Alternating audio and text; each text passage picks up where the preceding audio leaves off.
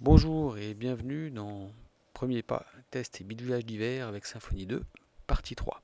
Dans la partie 1, nous avons vu comment installer Symfony 2, paramétrer une variable d'environnement et quelques petits tests pour comprendre un petit peu la structure du framework.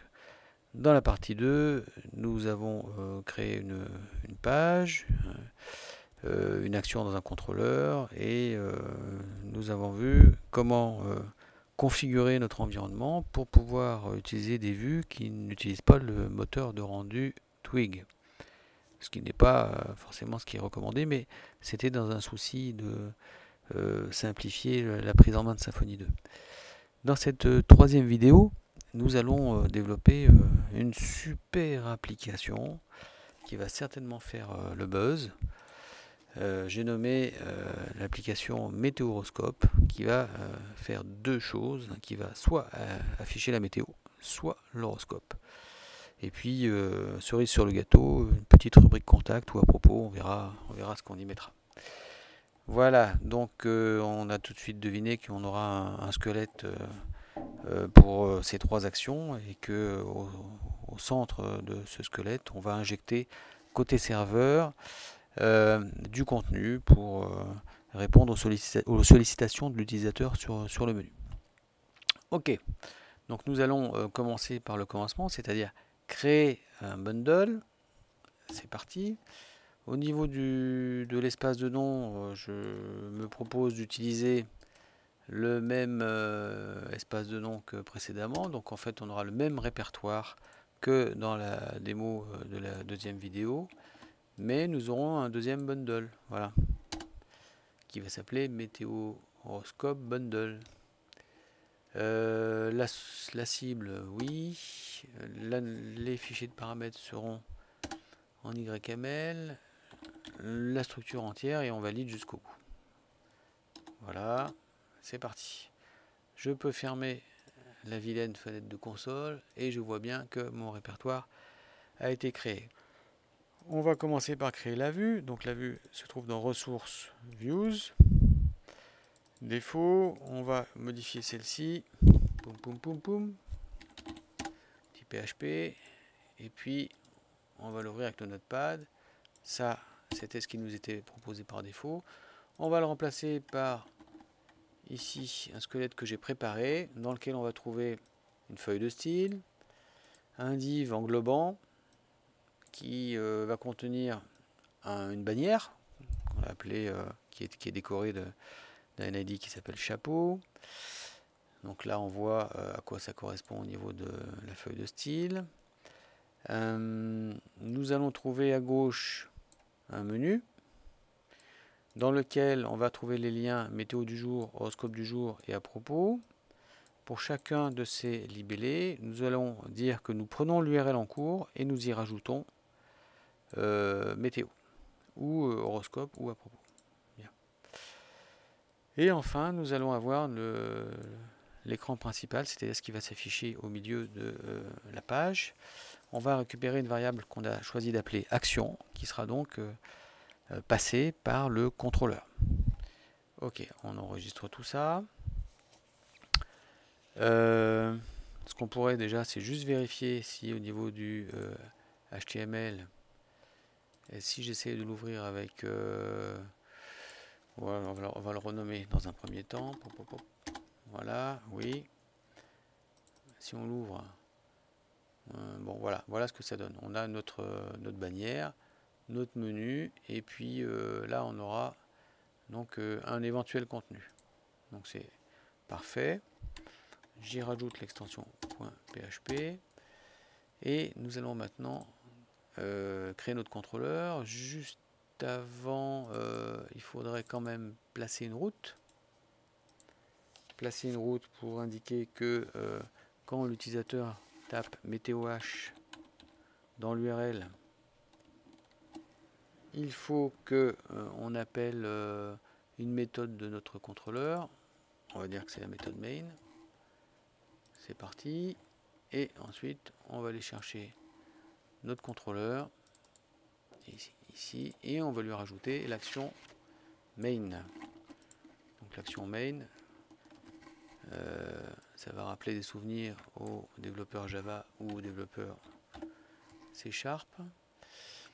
Donc là, ce sera action, puisque c'est ce qu'on passera éventuellement à la vue.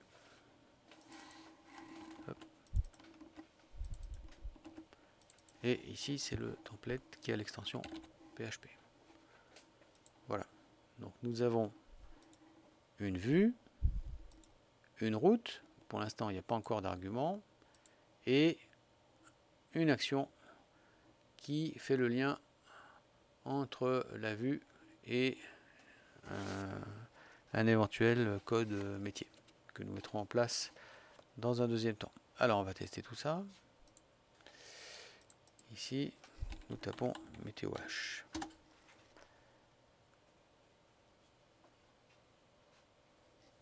Voilà, donc ça fonctionne bien. Donc derrière les liens, nous n'avons pas encore mis d'action. Alors si on clique sur le premier lien, Symfony 2 ne va pas être content. Hein. Donc là on voit bien que le lien est bien affiché, mais il dit qu'il ne trouve pas de route pour météo H météo, c'est-à-dire en fait pour l'action météo qui appartient à notre application météo H. Ok, donc on va créer cette route. Alors, notre routing est là. Ici, ce que je me propose de faire, c'est de recopier la route précédente et de mettre ici, par exemple, lien menu, comme nom logique.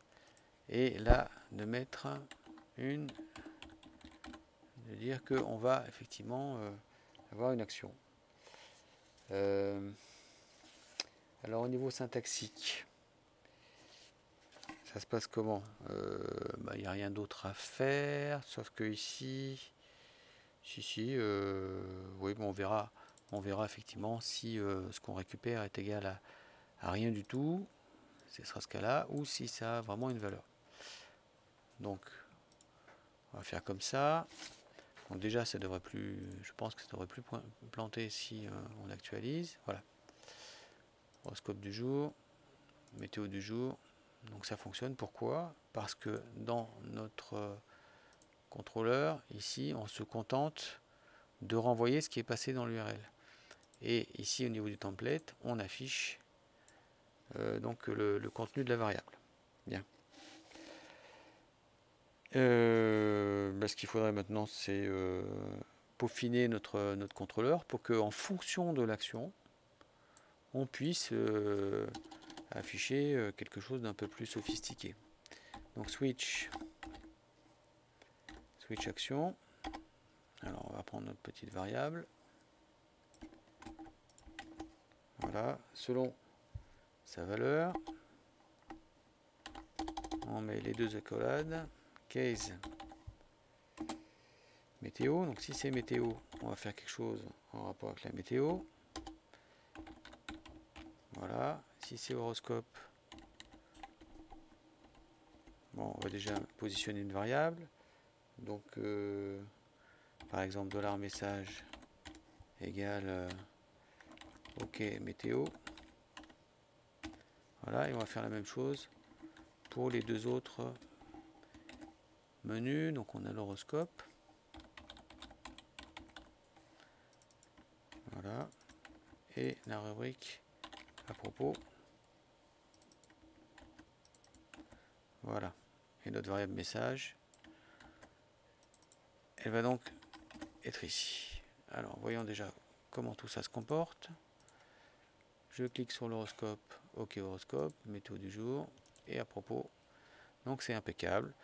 Notre site fonctionne. Ce qui serait bien, c'est de créer ici des méthodes un petit peu plus sophistiquées qui iraient chercher le contenu de l'horoscope ou le contenu de la météo dans une base de données. Donc on va déjà créer le squelette de ces méthodes-là. Alors, private fonction ramener météo. Boum, boum. Et on va tout simplement, dans un premier temps, faire un petit return avec un message qui va être, par exemple, voilà, OK ramener météo, poum poum, pareil pour l'horoscope, et pareil pour la rubrique à propos. Horoscope, ça va être là, tac, et pour la météo, pour la rubrique à propos, ce sera ça, avec une majuscule. Alors comment est-ce qu'on va utiliser ces méthodes, les membres de la classe défaut contrôleur? Dans la mesure où Symfony instancie cette classe, pour appeler les membres de la classe, il va falloir utiliser l'instance courante. Donc l'instance courante, ce sera l'objet en cours qui pointe vers la méthode qui nous rend le service, en l'occurrence ramener météo. Voilà. On va faire pareil pour l'horoscope, pareil pour la rubrique à propos. Voilà. Et il ne nous reste plus qu'à tester si tout ça fonctionne. On enregistre, vérifions. OK, ramener horoscope. OK, ramener météo. Et OK, ramener à propos. Donc, nous avons vu dans cette vidéo comment créer un site avec un squelette un peu plus élaboré, créer un contrôleur qui va recevoir des informations captées dans l'URL. Alors pour en savoir plus sur comment on manipule ces URL avec Symfony, vous avez une excellente doc dans le book de Symfony. Donc dans la rubrique routing, les paramètres optionnels, placeholders en anglais, ce qui signifie les arguments. Vous avez l'explication donc de ce qu'on vient de faire sur le paramétrage du routing. Voilà, bon test et bon bidouillage. À bientôt.